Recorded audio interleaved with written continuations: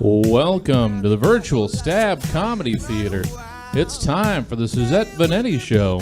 Please welcome to your screen, Suzette Veneti.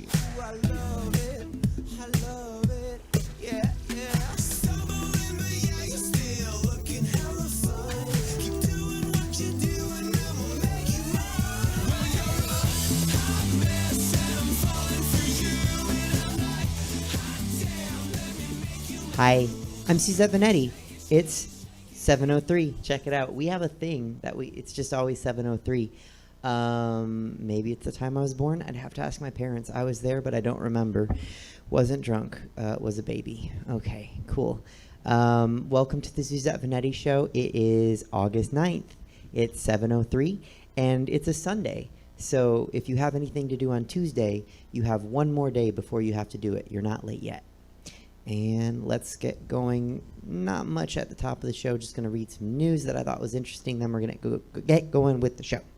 The GOP admitted, and Kanye kind of admitted, that they're helping him get on the ballot to subvert Joe Biden and steal some votes. So don't be dumb. Just vote for Joe Biden, please. Thank you. Trump said COVID is going away. Trump said kids are basically immune to COVID. Cuomo offered to buy wealthy New Yorkers a drink if they come back to the city. They probably drink top shelf, so be careful, Cuomo. There was a Fox News story, you should never microwave tea, because right now there's nothing more important for Fox to report on than you should never microwave tea. Okay. 15 adults have been poisoned for drinking hand sanitizer that contained methanol. They probably deserved it, because they drank hand sanitizer. So it's just for your hands, not for your mouth. Isn't that the opposite of M&M's? It's kind of like M&M's. Yeah. Just use it on your hands, not in your mouth. Joe Biden still hasn't named a vice presidential candidate. An Oakland A's bench coach Nazi saluted during a game. I was going to write a joke about that, but I didn't have time. But it's crazy, right? What was he doing? It was on TV. No fans in the stands, sir, but the TV cameras were on. Quit being a Nazi when you're coaching baseball teams. The only thing in Oakland isn't the white shoes. It's also the white hoods. There was the joke. We got it out. And a man is making and selling beef jerky made from humans, proving that we're living in the worst possible timeline. Let's get going with the show. We're going to go to one of my favorite people. He likes to spill the hot tea when the tea is hot. Peers and queers, give it up for one of my friends, Clifton Ellison. Hey, Suzette, how you doing? I'm okay, Clifton. How are you, baby? You know, I don't know where the hell I've been, but I'm back. You know, back for the jump off. You know, here sipping tea out of my wonderful cup. I don't know if you guys can see it. This is my wonderful friend, Miss Jamila. She is a local drag queen in Sacramento. She has wonderful merchandise available. Her Instagram name is @JMiggs, JAYMIGGZ. Correct me if I'm wrong. I'll post it in the Twitch later on. But yeah, she's good people. Anyways. You're right, and she's good people. I agree. Go on. Yes. How's your WAP, girl? Oh, okay. I was confused because some people out there might know that a WAP is an Italian. It's a slur for Italian people. And so when I heard that WAP was like all in the news, I was like, we talking about me? We talking about WAPs? Because I'm a WAP. I'm dusty. Oh, okay. I don't have a WAP. I'm no one's dating Suzette Veneti. I'm dusty. I'm busted and dusty. Girl, if you ain't got no WAP, we could fix that there. Here, you know. We could fix that right here, sis. Anyways, even though we're all in the house right now, we have finally got our summer anthem from the wonderful Cardi B and Meg Thee Stallion called WAP, W-A-P, which stands for Wet Ass Pussy, or for our children, worship and praise, you know, for God, it's Sunday. Oh, but I thought it was something in gushy, because I watched the video first, and they were like, it's all well, good. They released the censored version on the video. You know, they had to censor it up for kids. You know Kids Bop will probably have a version called Wet and Tushy. I don't know. No. If the president can say it, Cardi B and Megan Thee Stallion can say it. And the gag is, it's the president's fans that are so upset about it. They're all like, oh, how can the left side with them? They released this song about wet and pussy. And I'm just like, you know, if you're complaining, then you might be very dry. You might want to fix that, you know, just, you know, get some Swiss Army or something and make it pop and make it work, because life is too short to be walking around dry. You know, you could satisfy yourself or have somebody else satisfy you. And they came with it. And if you guys could see right now what I'm seeing, you would be laughing hysterically, but I'm going to be a professional right now. But they came with the hits, and it samples one of my favorite 90s songs, There Are Some Hoes in This House, which the Kids Bop version would be called There Are Some Chores in This House, you see. But they really broke the internet with that. And of course, they had to include our wonderful favorite family, the Kardashians, in there with Miss Kylie Jenner. She made an appearance, and there is a whole ass petition with 56,000 signatures already. The video came out on Friday. We're on Sunday. 56,000 signatures. So mad about this little girl in the video. Would you call it? You know what? Would you call it a whack ass petition? Yeah, but that's smart marketing, because, you know, throw somebody in there that's so controversial that will get people looking at your video and talking about it. I'm not mad at it. More money. More money. You know, they got everybody all mad, and I love seeing women own their shit. I love seeing women own their sexuality. Do them boys what they do you. You know? And pour a little bit out. We lost another one in our broadcasting world. Coronavirus took another one. E-News, it's over. After 30 years of being on television, they don't have red carpets to talk about. They don't have any celebrity gossip to talk about, because we're all inside the fucking house. So, yeah, it's a wrap. So, Ryan Seacrest, hey, girl, I know who's hiring. Come talk to me. But anyways, that's all the tea right now. The streets are kind of dry, but I know I'm not, and neither is Cardi. Hey, but well, I'm as dry as the streets, and I'm just gonna go ahead and keep saying WAP, because it's about me in my mind. Hey, you know, there's either some hoes in this house or Suzette. Either or, we'll make it work. No chores, Suzette and whores. Hey, there you go. Come on, raptress Suzette Veneti. That's another thing you could add to your resume. Maybe I'll work on something. I'll just get some merch. It'll just say, you know, I don't even remember what I just said, but the merch is gonna say it. We'll work on it. We'll work on it. You been good? I've been good. You know, I was a little sick last week. I had some bad chicken and waffles and made a bitch throw up, and it was not cute. So, you know, she's been going through some changes and things though, but you know, I'm back and I'm here and I'm queer, and y'all gonna get used to it. So, yes. Well, thank you, Clifton. Thanks for coming on and telling us about WAPs. Yes. Love you, Suzette. I love you too, and I'll talk to you soon. Bye. Peers and Queers, that was Clifton Ellison. Go ahead and send him some coin if you want. His information was on the screen below him. All the money, baby. Oh, yeah, all of it. And Stabs is above me, so if you want to send some coin to Stab, we can't sell tickets to the show, so that would be nice for Stab. And also, hey, Heather Jacks, I just wore this to the studio, and I was going to put on a dress for my interview guest, but I was running late because I'm Suzette Veneti. So I'm rocking you today because I like you, Heather Jacks. Okay, gonna go right to the next contributor. You can check her out on a show. Well, it's tonight. Don't check her out on that show. Watch this show. But check her out when she does other stuff. Follow her on Instagram and all of her handles. Peers and Queers, Chelsea Bearce. Yay! Hi. Hi. How are you? I'm fine. We're trying to make each other laugh in the green room, so we're being very inappropriate. I was trying to make Clifton laugh during his set, and he wouldn't. He's too professional. He's very professional. I was very, very surprised because I did not pick that up. I did not pick up that vibe, girl. Oh, God. So anyway, yes. How are you? You good? Yeah. I mean, other than being reminded how dry and dusty I am, I'm good. Oh shit! All Yeah. right. So,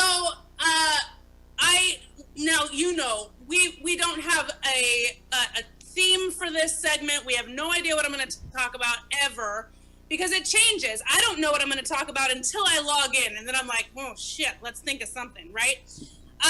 But something else happened this week. I tried to go on another date. Oh no. I tried to go on another date. Now, if anyone's been watching like regularly, will know that I am not good at dating, okay? And it's not me. I don't have the problem, I don't think. What? Do you have something to say? Go. I was gonna say it's not you. It sounds like it's the gentlemen that say things like, "Oh, what will be will be," and then there was an Oompa Loompa that you went on a date with that talked about getting rid of minimum wage. There was also a man at a golf course who looks like a hobbit. Hey, why don't you not recap and take my whole goddamn segment? Let me talk for a second. Okay, so here's what happened.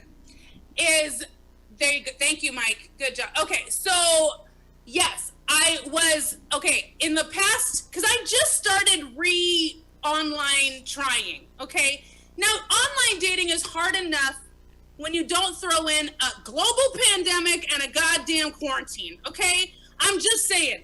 It is insanely hard already. But then you throw that in there, and it's like, how are you supposed to meet anybody? I think that all online dating apps should be free until we can meet people in life. That's what I think. I think they should just be free because, goddamn, what else are we supposed to do right now, okay? If you're not quarantined with someone you can fuck regularly, you're screwed, okay? So, here's my thing. I tried to go on a date, okay? Recently, this has been like a weekly thing. I try to go on a different date a week, and everything, something happens. Okay, so I made a little list. Okay, so since we started, I got ghosted once. Okay, I got ghosted one time. Okay, since I started dating, I got stood up twice. Okay, there's two. I got two stood ups. Okay, I got two stood ups, and one of those is the story I'm going to tell you tonight. Okay. Now, the dude that did show up, I went on a date with him, and he wouldn't shut the fuck up, okay? I got 17 words in 2-hour period, okay? So, bored to death, we have one, okay? I've been ghosted, stood up twice, bored to death once, all right? Now, here's the thing. The guy that I was supposed to go on a date with, yesterday, 2 days ago. When was it? I don't know. 2 days ago. The guy I was supposed to go on a date with, we actually met on video chat. Because that's the thing now. On your online dating apps, you can specify if you are just comfortable with video chatting, if you're comfortable with a social distancing date, if you're comfortable with meeting together and wearing masks. Like, you can specify this shit on there now, which is cool. Are you online dating now, Suzette? I'll allow you to talk. Go ahead. I'm not, but could I specify that I'm only interested in people that make, I don't know, 200,000? Sure. Okay. Good luck. So, okay. So, I met with this guy on video chat, okay? Because through a bunch of these sites now, they added a video, like, segment. It's a thing where you can just video chat through the app. So you don't have to exchange information if you don't want to, which is dope. So I video chatted with this guy for a full week, like a straight week. We were video chatting. I saw his apartment. I knew like where he lived and all this stuff. Like we talked back and forth. It was good. We had good conversation. Okay. Now the morning we were supposed to meet, this probably should have been my first red flag. The morning that we were supposed to meet, he told me he went on a walk and he was collecting plants on his walk, okay? Not just like plants, but he was looking for plants that were growing through people's fences and then stealing those plants through the fences, taking them home and replanting them, trying to give them a new home, okay? Now, so he's playing this thing. Oh, is that the red flag? Where were you, bitch? Jesus Christ. So that was already kind of strange to me. So I was like, okay, I mean, he likes to rehabilitate plants. Maybe that's good. I don't know. Okay. But the fact that he was different than any person I've ever dated before is like, well, this could be good. Maybe I need a rehabilitation plant guy in my life. I don't know. So then he shows me a bowl, a glass bowl, like a terrarium, and he had collected moss from his walk and was trying to find bugs to keep in this terrarium. He was looking for roly-polies, spiders, worms, slugs, snails, and here's the motherfucking kicker. He picked up a couple of logs and brought home a cup full of termites. Why? I don't know that because this was the first time someone I've dated has collected termites to bring back to his fucking house to keep. Made of bricks, apparently. He has no wood in his house, hopefully. So during this video chat of the morning we're supposed to meet, he is showing me on his phone, he's putting it up to the terrarium so I can watch the termites walk, the spiders walk around. And I was like, do you have a television? Like, what is this reality show? Like, what is this? It was so weird. And he was so excited about bugs. Like, it was just weird. It's weird. It was weird. Okay. So then, we were supposed to meet at 3:00 in the afternoon. Okay. 3:00 in the afternoon. Oh, you're making the flag bigger for me. Look at this. Okay. That's a big ass. Okay. All right. I get it, bitch. I get it. Now, we were supposed to meet at 3:00 in the afternoon. Okay. But all my plans in the morning got canceled. Out of my hands. They got canceled. So I call him back and I said, hey, by the way, my plans got canceled. Let's move it up and go get lunch. Let's meet up earlier. Okay, great. Let's meet at 2. Simple. Let's meet at 2. No big deal. He lives in Burlingame. So it's going to take him a long time to get to me because I live about an hour away from Burlingame. Okay, fine. Everyone knows we got it, an hour. Okay, so I wait for his fucking phone call. Okay, at 2:30, he sends me a text message, 2:30, and he says, so I'm getting in the shower now. And I go, okay, so I guess we're not meeting at 2. Got it. Okay. 3:00 comes and goes. 3:15 comes and goes. 3:30 comes, and I go, so I'm guessing we're not meeting, right? And he texts me, well, no, I'm going to leave soon. I'm making myself eggs. We're going to eat. We were going to eat food, and he stopped his life to make eggs. So I'm like, okay, well, enjoy your eggs. I'm out. Like, so then at 4:15, he sends me a text, hey, I'm ready. And I said, congratulations. I have a show at 5. I can't do this. Sorry. It's too late. So now he's texting me like a motherfucking crazy. Like, I'm getting text messages like you would not believe. Just like, I'm so sorry. I blew it. Let's hang out. Today's my birthday. I'm like, today's your birthday? Like, what is this? Celebrate with your termites. So y'all, not only have I been ghosted once, this is in a 2-week period, motherfuckers. I got ghosted once, I got stood up twice, I got bored to death once, and I'm lower than eggs. So that's the last one on my list. I'm lower than eggs. I didn't know that was going to be on the list, but apparently eggs take more of a priority than I do. So fuck dating, y'all. I'm over it. They always say it gets darkest before the dawn, and it's right. Here we go. Okay, go ahead. No, I'm just saying it's pitch black. Like, you got this. The man sounds like a 5th grader collecting bugs, and then he was making eggs. Hopefully, eggs of a chicken, not of a bug. I don't know if bugs lay eggs, but he would know. So it sounds like you're about to turn the corner with dating. Okay. I mean, I hope so. I hope so. It was just very interesting that all this is happening, and I'm like, okay, well, you know, it's a shit scenario, and I hate what this is doing to my psyche, but it brings me a story to talk to you about every week. So so there you go. And I'll just keep this list. And we'll just add to it. We'll see what we come up with next, because we're not done. Well, we love you here at the show. Okay, thanks. Are we done? Okay. Have fun tonight. Thanks for coming on. Be careful dating. And when it gets good for you, then I'll dip my toes in the water, because I don't want to date someone that collects bugs. Bye. Bye. Peers and Queers, Chelsea Bearce. You can send her some coin or just some better links to some better men. Because the bug men are who she's ending up with now.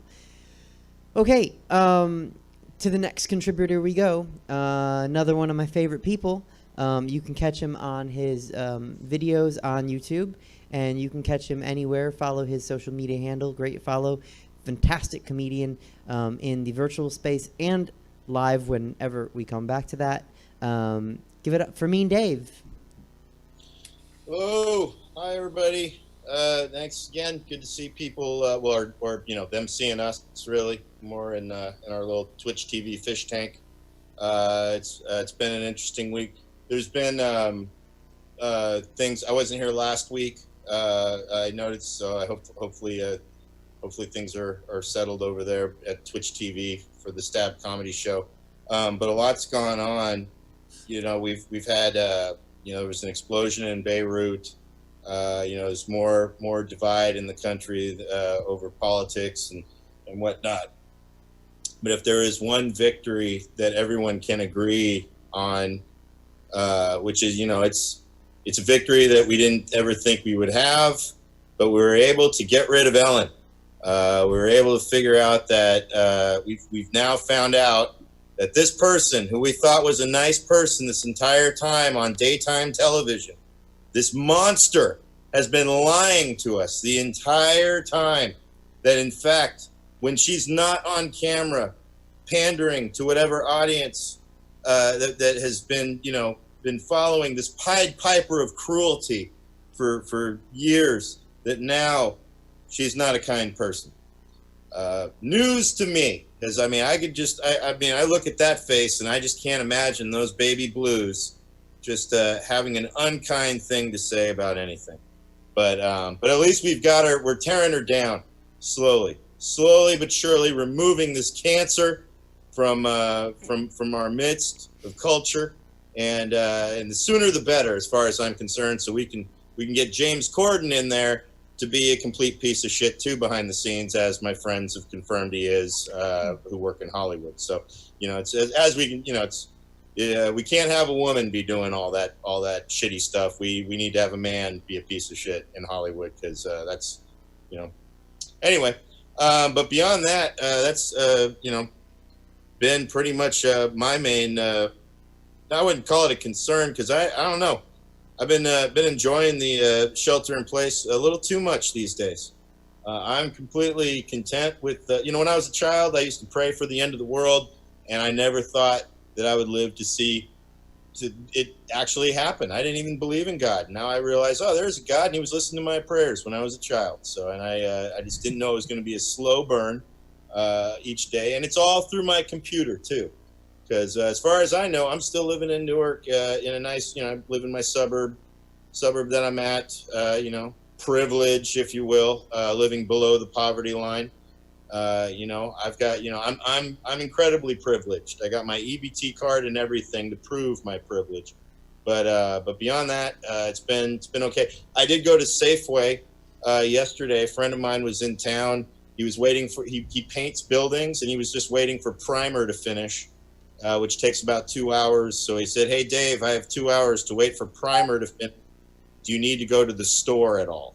And I said, "Well, not really, but let's go, man. Fuck it. Let's go check it out." So we went, and I went on an expedition to Safeway, which I don't make it to that often because it's not really walking distance. And I'll be damned if I'm going to pay to take the bus. Actually, I don't have to pay to take the bus in COVID times, but I'm not going to wait for the bus to go get groceries when I can just walk to the grocery outlet right here.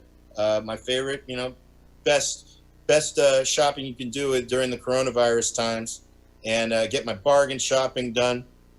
and walk home. It's good exercise and all that shit. But I went to Safeway, and I'll be damned if Safeway is looking more beat and depleted than a grocery outlet. There are empty shelves on some places at Safeway.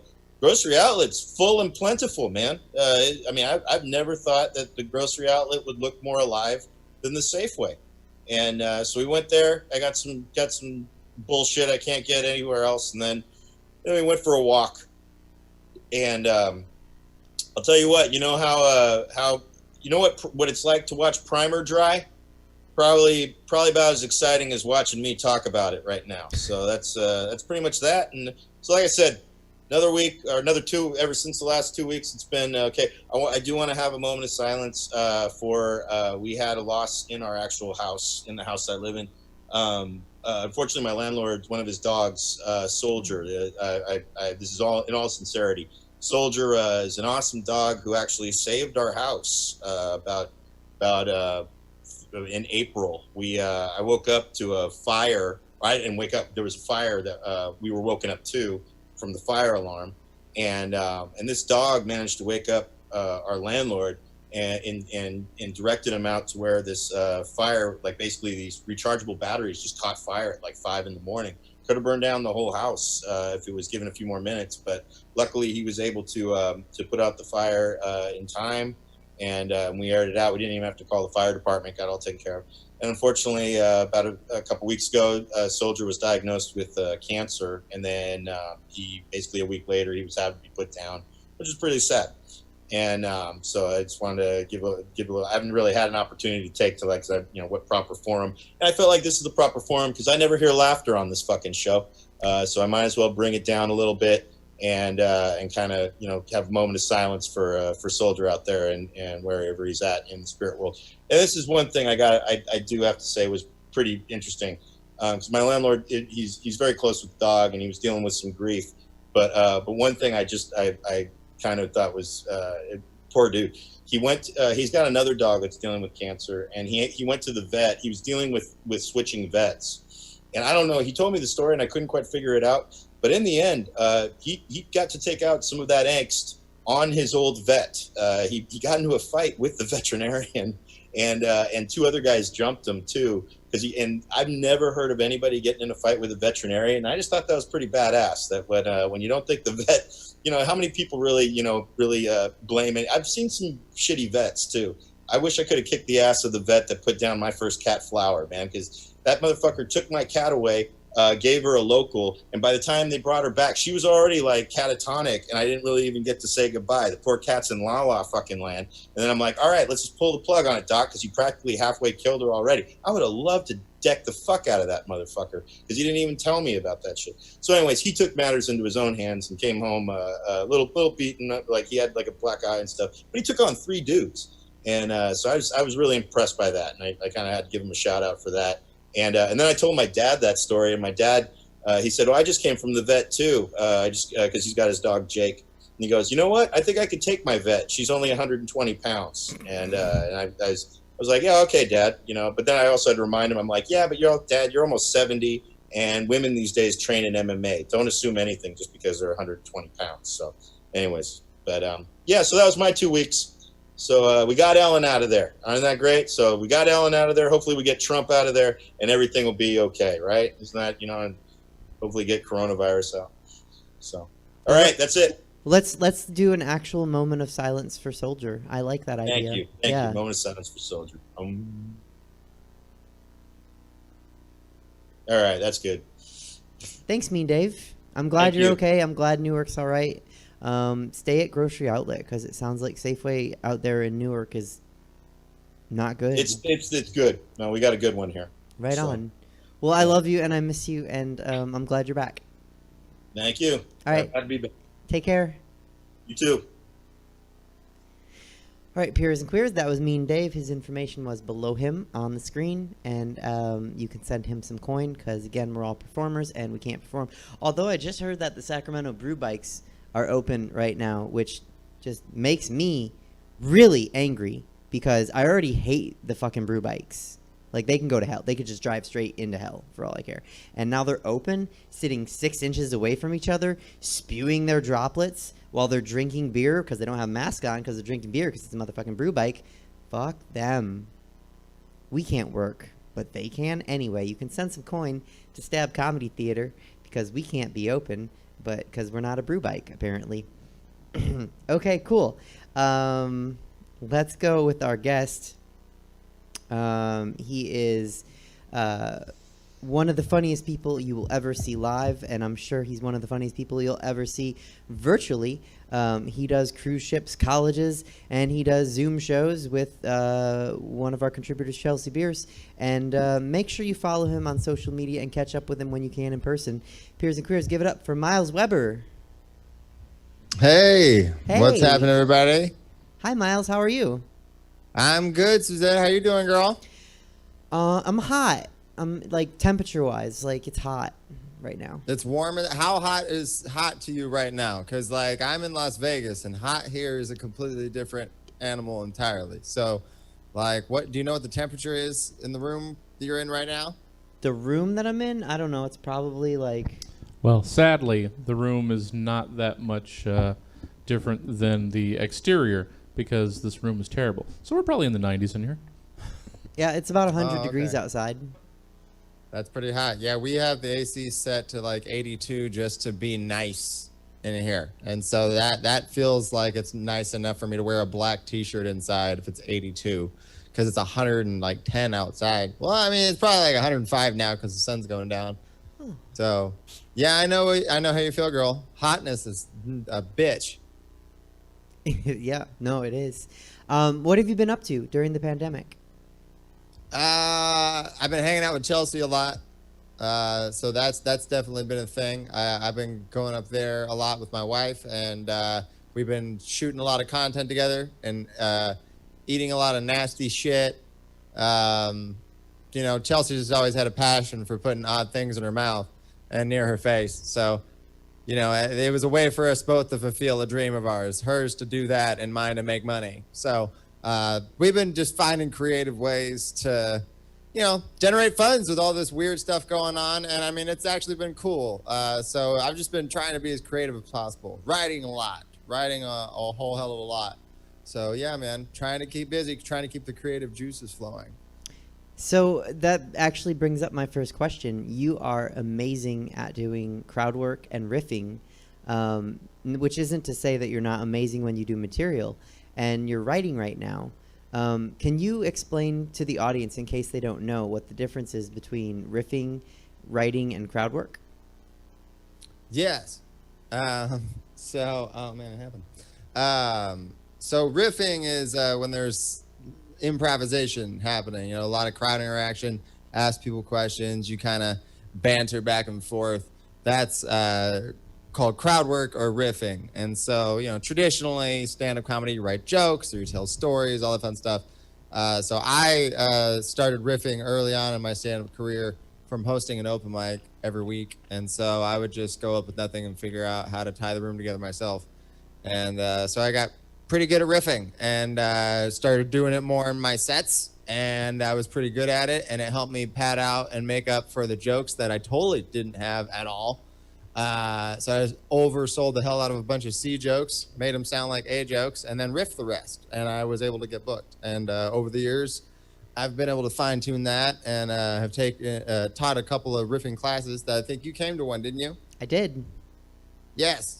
So, and Chelsea also kind of helped me with those as well, because she is also very, very talented and exceptional at riffing and improvisation. And so we play together a lot real well with that in that regard. So yeah, it's just fun. I like it. I like riffing. It's more unexpected, you know, it definitely, you never know what you're going to get. Usually goes well. Sometimes it doesn't, but hey, that's the nature of the beast. You just got to be able to recover well. But yeah, man. So that's the difference.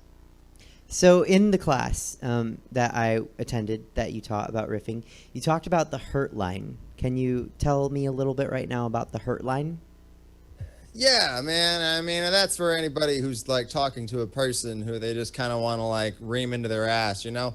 Like the hurt line's kind of like a psychological calculation you have to evaluate with like somebody who's being a dick in the audience during a comedy show. You have to make sure that what you say is a retort to this person doesn't cross the hurt line, which means that you say something that even the audience that doesn't like this person is like, that was too far. So you got to kind of take a safe guess of where that hurt line is. If somebody's just said one thing, well, I mean, you might not be able to go like super duper crazy, cuss them out. That might seem that's a little too far. So that's crossing that hurt line. And then, you know, giving people warnings kind of helps and things. The more you kind of like try and avoid tearing into somebody, the further away the hurt line it gets kind of pushed because everybody's watching you tell them, hey, you really shouldn't do this and we should stop and you're being mean. So the more you try and be gentle with it, then if it persists, people are going to be like, yeah, kill him. Light his ass up. Brah, brah. People are going to go nuts and they get all roast mode and everything and go all wild and out. And that's when the hurt line is super far away. If somebody's just being a complete and total dick, then you have to go really, really out of your way or just do what Michael Richards said and say something completely racist over and over again to cross the hurt line. Usually racism will always get that line crossed no matter what the person has done. So and that's just, you know, now I feel like nowadays people get so quick to argue with people and try and just insult them. You know, I think you can have your own hurt lines and conversation with people, you know. Give people the benefit of the doubt when you're just like talking to them normal, like, should I lay into him now? Let me give him a little bit more leeway. That way it's warranted if I have to later in the conversation. And then maybe you can come to an agreement and surprise yourself. But yeah, I think it's good to understand psychologically what is and isn't warranted as far as like just reaming into somebody. I think it's a very good thing to be aware of. And there's, in the class, you mentioned that there's somebody that you should never try to be funnier than. Do you recall that? Remind me. You said that. I want to make sure that I've got the same answer in my head that you Sure, do. sure. So there will be people in the audience, and like you can try to be funnier. If I remember correctly, just be funnier than the person heckling you in the audience, unless the person is funnier than you, and you can tell sometimes. Usually it's two different types of people tend to be always, as a default, funnier than most people. And that's just a matter of the odds. I'm not saying all the time, but the odds are substantially higher. That if you're engaging in a comedy show as a comedian with an audience member who is gay or black, a black woman in particular, they're funnier than you. Just go in understanding full and well, if it's a gay black woman, just don't even bother. It's not going to work. The most then you can do is just play Venus and Serena. Just got to play tennis with them as much as you can, is to just try and agree. And you just start improv, yes, and everything they say. Like they might insult you and be like, boy, you got a stupid head. Yes. And did you see how dumb my ears are? Like, you know, you gotta go in on whatever they're going to. So the only way to kind of dismember them is to make fun of you harder than they can. So that's the only way you're going to get out of that. So that's just a good rule of thumb. You could try. Many men and good women have tried and failed to get into a heckling altercation with a person of the gay community or a black female. But yeah, don't do it. I don't recommend it. I do not recommend it. I quote that advice a lot to people, and I attribute it to you because it's good advice. Thank you. When you do cruise ship work, how does that go? I mean, it was cool. I was working for Carnival for a year. All last year, I worked for them, and that was my first time doing cruise ships. It's interesting. It's a different type of people. I think I like doing it. I mean, it pays well, and that definitely helps fill out your year, and you get to go cool places, and hey, free cruise.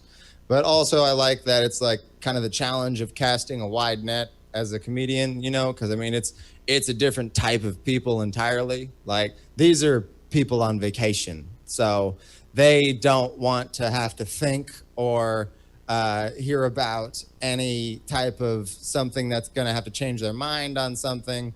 So they're just here for fun and silliness and playfulness and everything. So that's a different type of energy to perform on in and of itself. But also that's different from like doing colleges, which are, okay, these are new kids who don't know what's okay and not to say. And they might be a little sheltered. So you have to be a certain way here. And then that's going to be different from a comedy club crowd, which is going to be different from a corporate crowd. And so I feel like being able to do all of those different types of audiences just keeps you well-rounded and you don't just get stuck in one area. Because doing cruises, I met a lot of guys and girls that have been doing cruises for decades, man. Like some of them longer than I've been alive, man. It's crazy. And that's what they do. And they've just been doing cruises forever. And right now, some of them are hurting because they don't know when the cruises are going to come back. And so this is where it's like, okay, man, I see where, you know, you just want to like, it's hard. You just want to take care of your family and do the right thing to make sure you're providing for your family and loved ones. But that requires you being gone a lot and also becoming really good and exceptional at this one type of comedy, but not really challenging yourself in a club setting or a college setting. Or so your radar of like how big of a net you could cast is off. So I like cruise ships for the fact that it was a certain type of people that I would usually probably never actually hang out with outside of this working environment. But I'm here on a ship with them, so let's see if I can find a way to make the most of it and get to know them in fun ways. So that's why I've been enjoying doing them when I was doing them, but it hasn't been this year. That's probably good because they just sent a cruise ship out and immediately, like everybody and the fish all around the boat got COVID. So stay away from them for now. Without being disparaging, I'm kind of curious, based on your answer, what kind of material does someone who's been doing cruise ships for 30 years, like what sort of jokes? And I'm not trying to out anyone as having like bad jokes, but no. Someone who's been doing cruise ships for a long time, they usually have, because we do different sets that are advertised on for the week. So you're on a cruise for a week and you could come see me and I'll do 5 shows, but 3 of them are completely different and 1 of them is for kids. So we have to make our shows different. So you've got different like 30-minute shows that you're doing all week. Some of these people who've been doing these cruise ships for decades, they can do a different 30 for all 5, but one of them, it's 30 minutes of just cruise jokes. Like, hey, you guys notice that your cabin's like this and you can like lay in bed and also pee in the bathroom at the same time because it's right. Like it's all these, you know, just very obvious observations and things about the ship. And then, so there's that one. Then they'll have like a dirty, raunchy dating relationship one where they talk about their marriage and there's a lot of advice that's given. That seems to be very common, like marriage and relationship and dating advice. There seems to be a show devoted to that. And then a couple of like kids ones that the kids can come to that are family shows that are more like corporate sets that they might do on land sometimes. So yeah, man, you see just kind of, you know, this isn't going to rock the boat, pun, but you know, this is just everybody's having fun. No one's going to complain to guest services. We hope everybody's like, cause they give you ratings as a performer on the ship. So there's like a criteria that they expect you to hit or something. And so I guess if guests are complaining about you or getting upset enough to write about, he said that, then I didn't come on vacation to hear that. It's like, okay, you just got Karen'd down to a lower rating, so you might not get booked as much. So they're more inclined to play it kind of safer or take very calculated risks. But I've seen those, they don't. They're playing the hits. They've been doing this set for a long time and they're just comfortable doing it. And I get it. I totally understand it. I totally get what they're coming from. So there's cruise ships, colleges, clubs, bars, bar shows. Yeah, bar shows are important. What's your favorite? Man, it's hard to say which one I have a favorite of. I really like doing a dirty dive bar. Like, I mean, just some rowdy. I've had some fun on like bar patios where it's just a bunch of people packed by like a fire pit and I'm just in the corner and just, that's a lot of fun because they're really not expecting much of anything. Like, they don't want to hear this eloquently written joke about what's going on, and no, they don't give a fuck. They just want you to kind of razzle dazzle them in front of you right then. So those ones are a lot of fun. But also, like, I think comedy clubs are really fun because I feel like comedy clubs, anything goes. The comedy clubs are the only one where it's a very understood, unspoken agreement between the audience. Like, you're coming to hear us. This is the comedy club. This is where weird thoughts are explored and unusual things are talked about. And you might not like it, and it might offend you, but here it's okay. Now, if I go to your college, you're paying me to come there. I'm a guest working at your establishment. Okay, now you have a little bit more leeway to be kind of offended by certain things I say. We can argue about it, but you've definitely got the leeway because it's your home field that we're playing on. That's the difference there. I like a comedy club because you're coming to our house. And at our house, our rules are I need to get as close to this line as possible where it's not okay to say or think these things. And the closer I could get to this line, the better I'm doing my job. That's my job. And so you're coming here to watch us dance around this line because it's the same reason you go watch the trapeze. I want to watch someone almost die. And you want to watch me almost piss you off because your happy place it's like a kink, you know? I mean, like when you're getting choked, when you're fucking, you want to almost die, but not actually die because almost dying is hot. So you want to almost get offended, but not absolutely. And that's where the fucking spice happens. And I feel like that's what we're agreeing to at a comedy club. Most very reasonable people understand that that's what we're doing at a comedy club. You'll get some drunk chick who it's her birthday or bachelorette party and she thinks it's all about her. And she'll find out very quickly that it's not. Right? See? There you go, girl. Right on. It's you in the back with one of those dick unicorn ones that light up. I like those. So, yeah, I think at a comedy club, it's more of like, this is a place where we investigate weird ideas. So I think comedy clubs are my favorite. I do like comedy clubs. I was going to tie it together with last week's guest. I had Ty Rivera, and he likes bar shows. And then and I was having some pizza with a future guest, DJ Sandu. And normally I wouldn't just go ahead and quote somebody, but knowing DJ, he wouldn't mind if I quoted him because he said it, so he knows he said it. He was saying how important it is to be able to do all the rooms like you said. You can see when somebody grows up in clubs but can't do a bar show. But I do like clubs the most. I'm with you. Oh yeah, man. And I mean, it's so good, but the bar shows are so important too.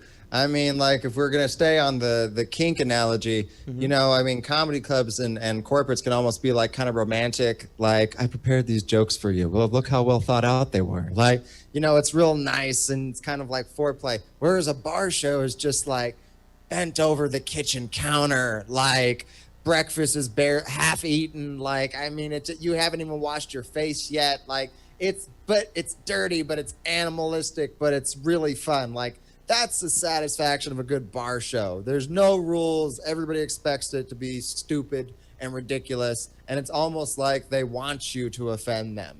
Like, that's what they're getting. There's a lot of, like, sense of humor in a bar show that's similar with comics, which is we're so fucked up, you got to go real far to get us to break. So I feel like a bar show is really good just to kind of bring you back to reality. Man, I mean, you could do a theater, but come back down to reality with a bar show, just to let you know what real life's like. So 2 other follow-ups from what you just, the whole thing that you just said. Do you ever get surprised, because you mentioned corporates too, so now we have bar shows, cruise ships, colleges, clubs, corporates. I think that was all we said. Yeah. Do you ever go to one sort of show, like, do you ever get to a corporate and it's actually a bar crowd that you like, it's a bar crowd disguised as a corporate, or you go to a club and it's a college disguised as a club? Yeah, I've gotten to you got to be ready for whatever you're going to get. That's the fun of stand-up, is you never know what you're going to get when you show up. And so I've gotten hired for corporates that it's like, all right, it's at my friend's bar.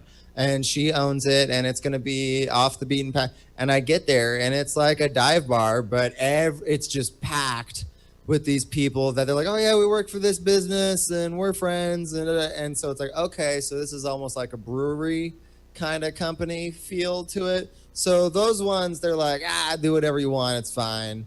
But then you're just kind of battling. You're always battling the corporate elements, which is if you're doing a corporate, 99% of the time, it's not set up for you to win at all. And so I'll be at the bar show, but they're like, all right, we got you over next to that pinball machine, and we can't figure out how to turn it off, and the plug is like really in there. So it'll only go off like every minute and a half. So, and we don't have a light. So we figured if you just turn towards the pinball machine, the light from the pinball machine will just light up your face, and that'll probably be enough, right? And this is literally, you're getting paid like thousands of dollars to do this corporate, but this is what you're set up for. And so, yeah, you get there and you're just like, okay, well, how can I make this work? You got to find creative ways to make it work.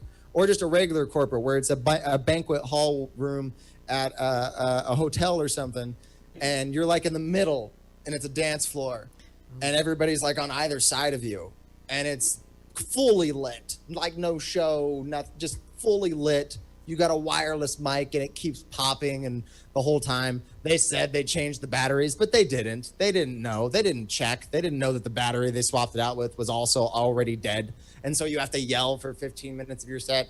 These are things that totally happen. So, I mean, any gig, it's not a matter of like them seeming like, oh, this seems like this one and it should be this one.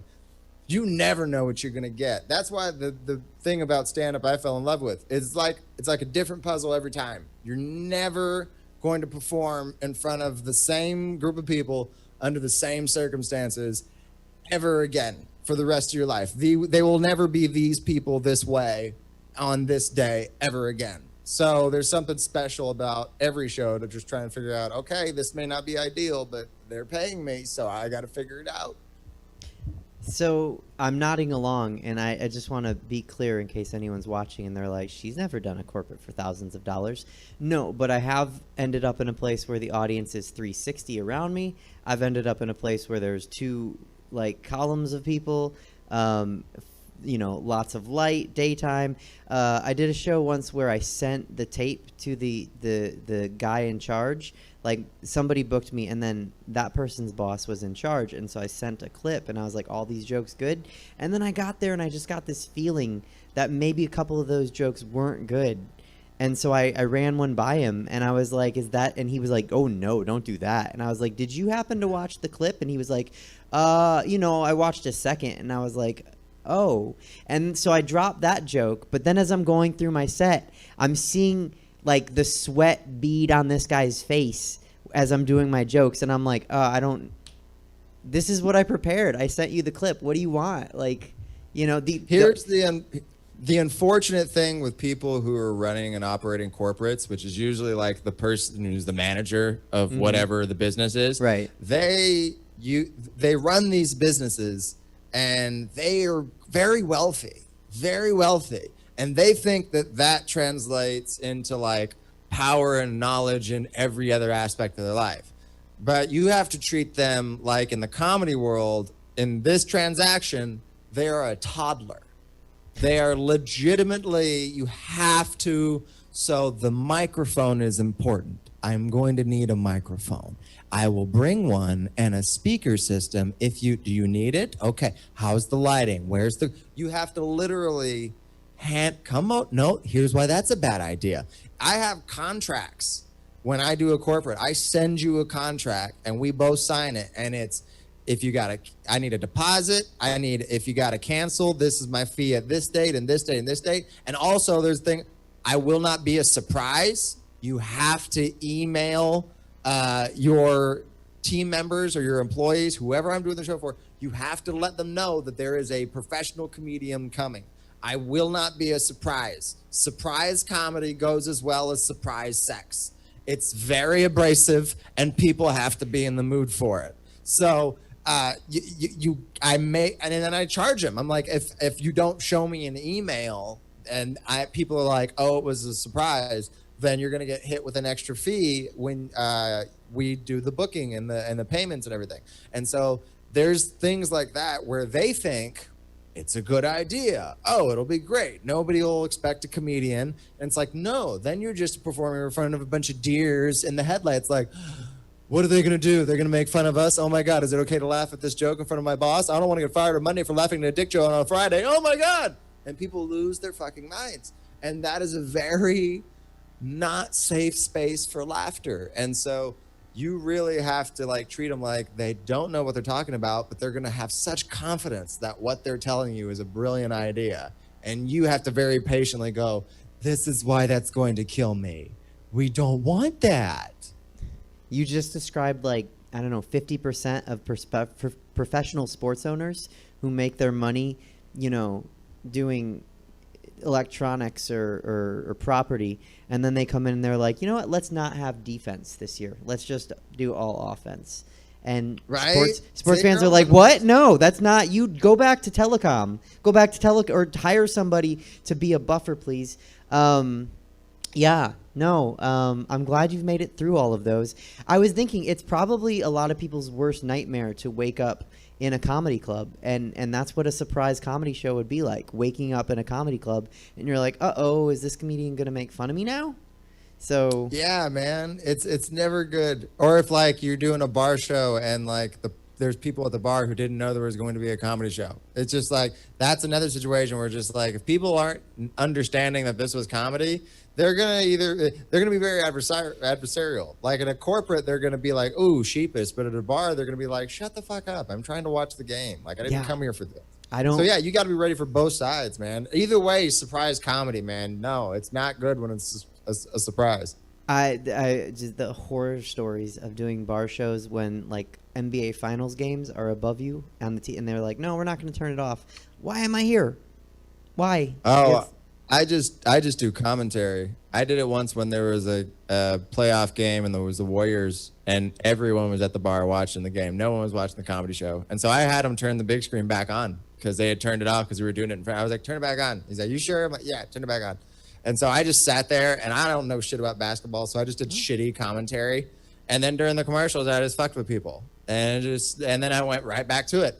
And I did that for the rest of the game. They won. Everybody was happy. And then at the end, they were like, do jokes. And I was like, fuck you. No, my name is Myles Weber. Bye. And I just left. So, yeah, man. I mean, you can't fight sports with comedy. It's hard. It's very, you got to embrace the sports happening. But one thing you mentioned, and I just want to I want to reiterate, because I say this to a lot of people that talk to me about what I do. Because I have one foot in the drag world and one foot in the comedy world, and I think it is our job to get those feet as close to that line, sometimes even maybe on the line, not over the line, but on the line as performers, because if we don't do it, who's going to do it?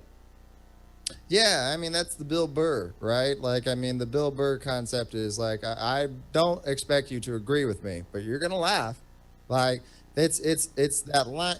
It's the thing about comedy that's very paradoxical, which is in comedy, you pay the price if you're wrong. Like you don't have to be right. You just can't be wrong.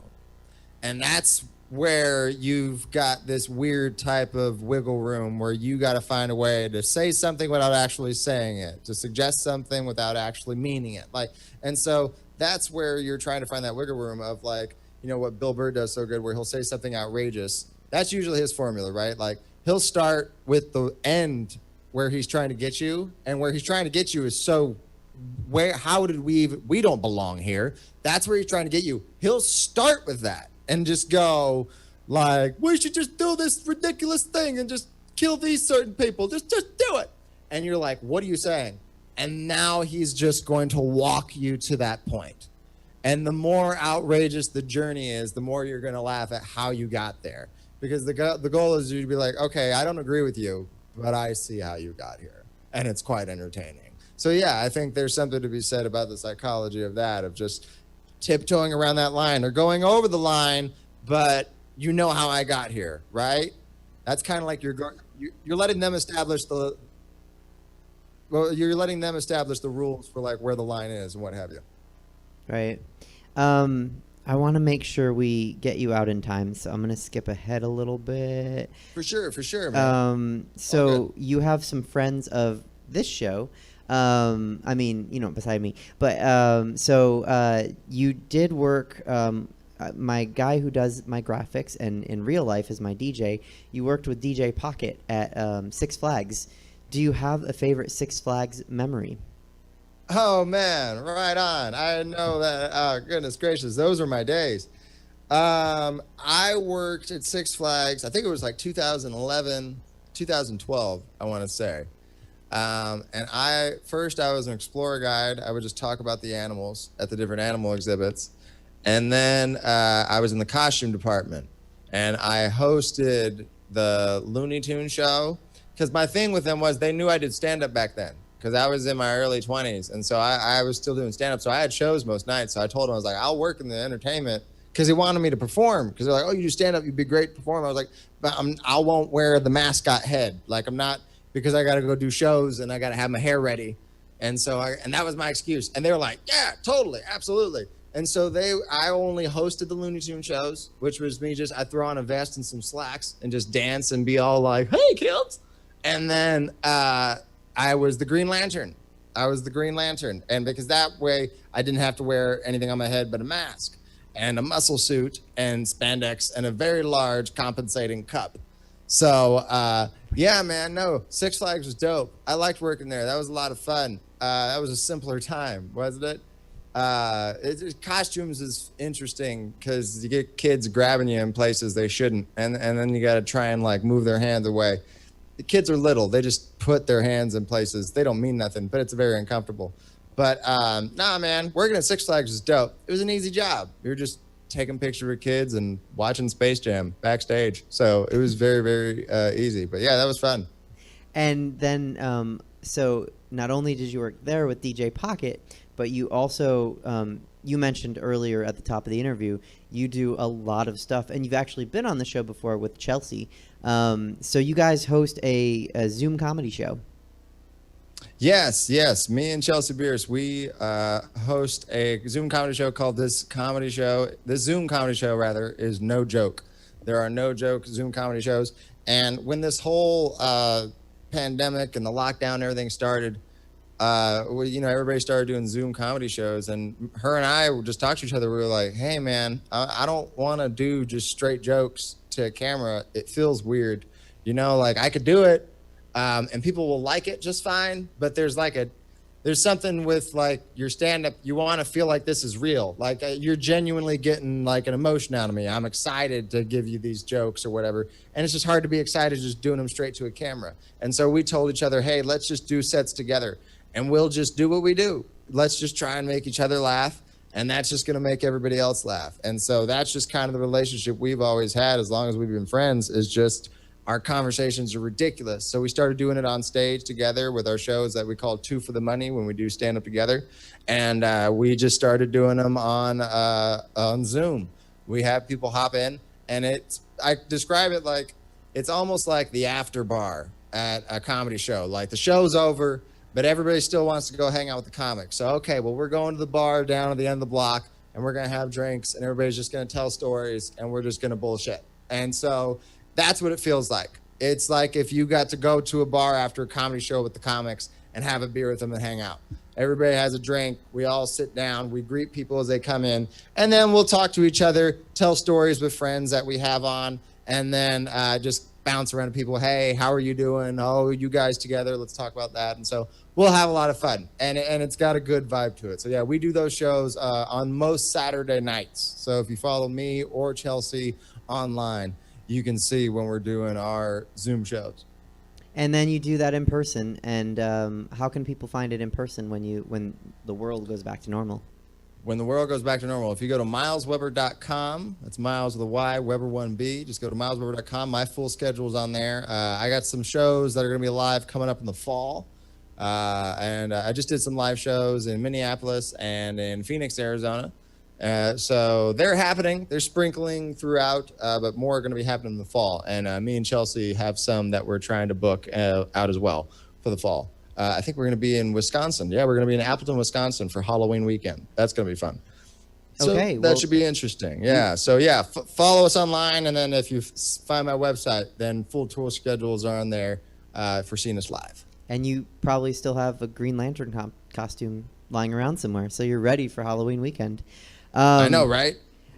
Give me a 3-sentence answer. You kind of already did this at the top of the interview, but you and Chelsea were doing that awful thing with drinking things out of cups. Yeah, that was rough. So yeah, man, we've done all kinds of wild stuff. We started doing Truth or Cup. So it started out, people would just ask us questions, and if we didn't want to tell the truth, we had to like drink something nasty, some just nasty kitchen concoction, and then it just kept getting grosser and grosser, and it just got to where it was like, oh, mayonnaise. So we're eating mayonnaise and ranch dressing, and then we're mixing shit. We started mixing alcohol and stuff. That was awful. And we're just trying to make each other puke. I made her puke a couple times. But then we did an alcohol one, man. I almost died. It was rough. We did like a King's Cup one where we're just mixing lights and darks and hard alcohols. Oh, it was rough. And then we did one where we ate bugs. We ordered bugs off the internet because you can get anything off the internet. And we ate bugs. It was super wild. I do not recommend it. They were absolutely disgusting.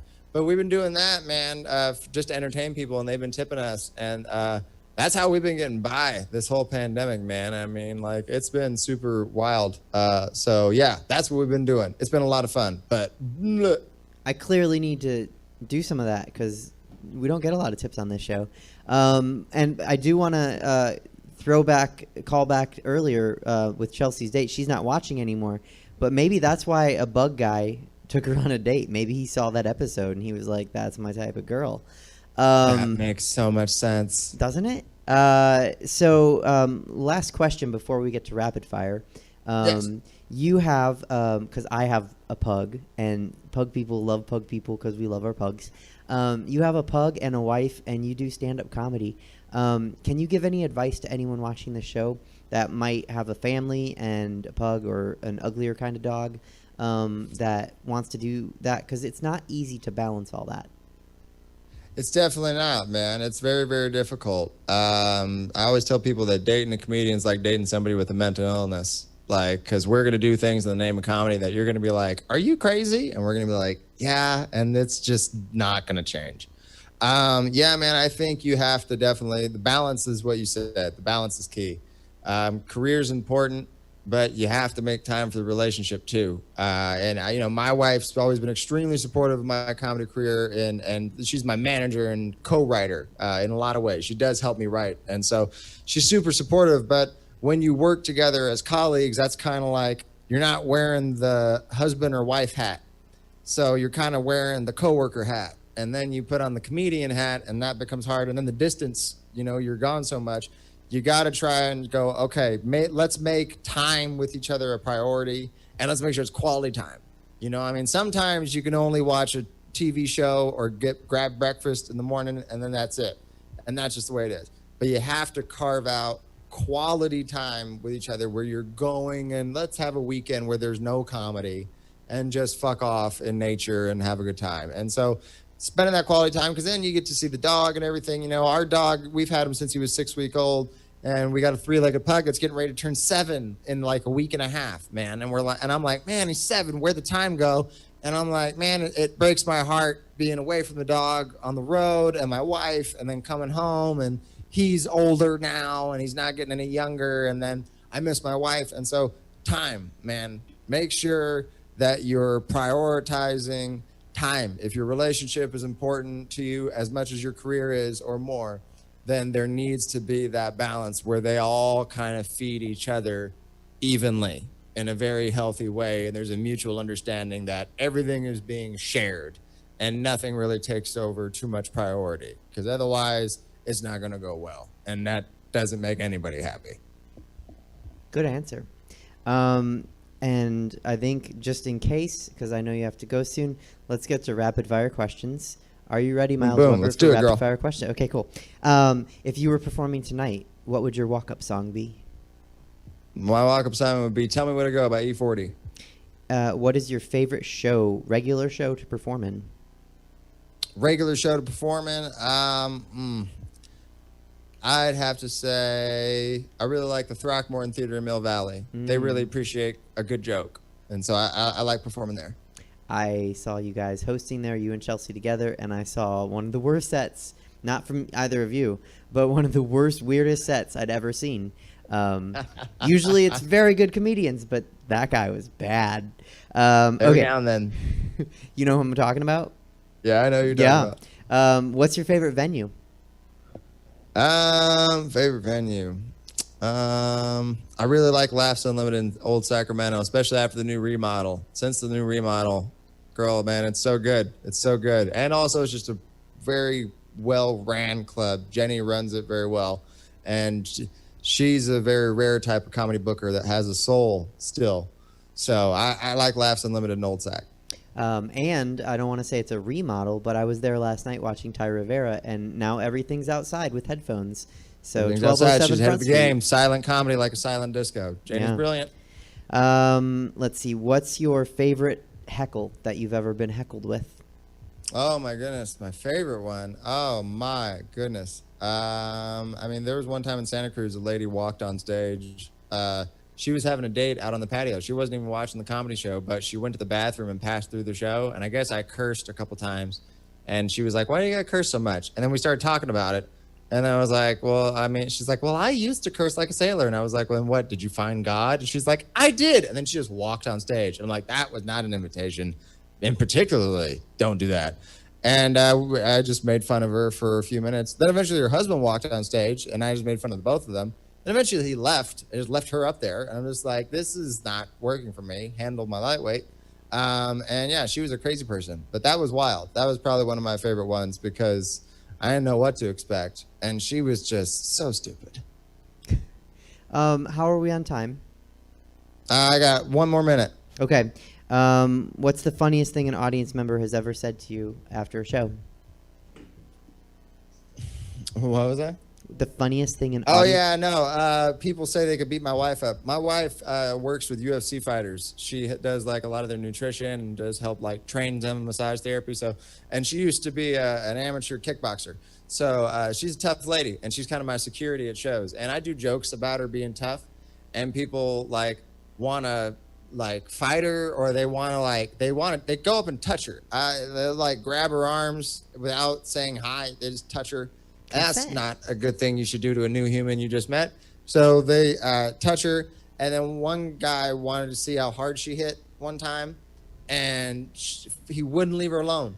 And for like a half hour, he just keeps coming back. And then finally, she punched him, and he just opened himself up for it. And he's like, come on. And he's pointing to his ribs, and she punched him in the ribs, and she cracked his ribs. Because their friend messaged me the next day and said, oh, yeah, we had to take him to the doctor this morning, and he cracked his ribs. And we are going to tell everybody how it really happened because he's going to try and lie. And I was like, I insist that you tell everybody the true story of what happened. So, yeah, people are just dumb in that way. That seems to be the most interesting thing is people want to see how hard my wife can hit, and that's just not a good idea. That seems to be all of our time. I have some more rapid fire questions. We'll have to get to them another time. Yeah, man. Yeah, I'll definitely come back on, girl. Absolutely. Thank you. I appreciate you having me on. This was a lot of fun. We had a lot of fun, too. Thank you so much for coming on, Myles. Absolutely. Right Okay. on, Suzette. You have a good one. You too. All right, Peers and Queers, that was Myles Weber. You can send him some coin at his Venmo. You can follow him on Instagram at his Instagram handle. And I have some lower back sweat because it is hot in Sacramento and it is hot in this theater, which is like one thing, like a lot more people in the theater would probably make it hotter. So at least this is happening during the summer. And with that, we're going to get to our last guest that we always have, actor, comic, producer, whatever he is, David Shapiro. David, can you hear me? Hello. Suzette. Hey. Yeah, how are you? How are you? Oh, I'm good. How are you? Good. Good. What are we talking about today? I want to talk about masks. We've done that. Everyone's done that. Yes. So why are we going to do it more? Well, I have a story that's about masks. Okay.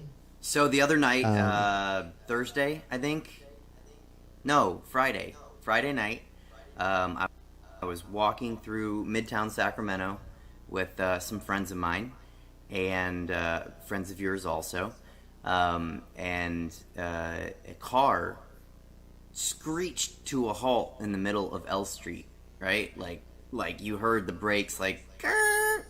And then the dude, like, I didn't pay attention because, like, I don't go be a bad driver. Like, I'm walking on the sidewalk. What do I care? Like, you do you. What do I know? Maybe he missed his turn and he was going to reverse on a one-way road. Who knows? My friend noticed him, though, and kept watching him. And I guess he drove over the curb to, like, get to the side because he didn't want to back. He's very law-abiding at that point. He didn't want to back up on the one-way street, so he pulled over the curb to get out of the road. And then, when you're like walking and somebody's yelling at you, and you don't know they're yelling at you because you don't know them. They're not saying your name, so you just assume they're yelling at someone else. So you just ignore, right? Yeah. Right. So he starts yelling at us, like things that I'm not going to repeat here, but like other things, like, "Oh, motherfucker, like, take that mask off," and I still didn't know he was talking. And then my friend was like, "Oh, David, he's talking to you." And I turned around and he was like, "Take that mask off." And I was like, "Well, but it's recommended right now because we're in a global pandemic." And he was like, "Take that mask off." And we realized, my two friends and I, at that moment, that I was wearing a red bandana over my face. And so this gentleman thought it was a gang affiliation thing, which is interesting, right? Because there's a global pandemic. We're all wearing masks at this point. Bandanas should be fair game. Just while this is going on, just like maybe an understanding that people got to cover their faces. Yeah, I mean, was he under a rock for the last? Well, I said you're getting droplets everywhere, man. Quit yelling and put on a mask yourself. Why would you say that? He didn't like that. No.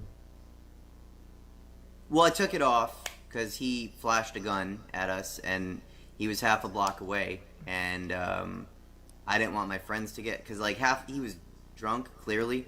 I didn't want my friends to get shot with this guy half a block away. David. Yeah. You're an idiot. So. David. Well, I think it's silly. So what'd you do next? So the next night I wore a blue bandana to balance. I don't know. Yeah, you never cease to dumbfound me. That's all I got. Yeah. It was a weird week for me. And it ended with that. The anti-maskers out here, man. Now they're pulling guns on people. You got to be careful. I don't think he was an anti-masker. Okay. Right? Well, have a good rest of your week. Thanks. Yeah. You too. Take care. Yeah, you too. Okay. That was David Shapiro, producer, comic, whatever he is. Any questions on the chat boards? Nope. Okay, cool. You guys can engage with us during if you want to, ask questions and stuff. We're open to that. So in summation, the brew bikes suck. And that was the show. Thank you for watching. We'll be back next week on August 16th, 7:03 p.m. with Honey LeBronk's vegan drag queen from New York. Tune in, and we'll see you then.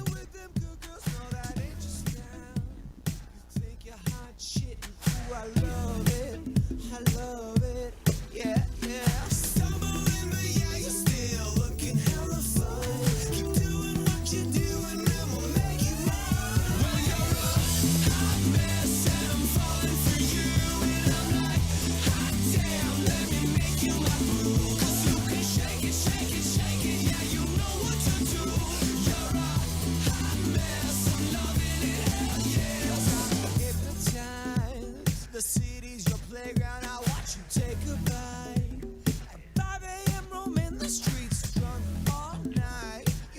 hot shit and ooh, I love it.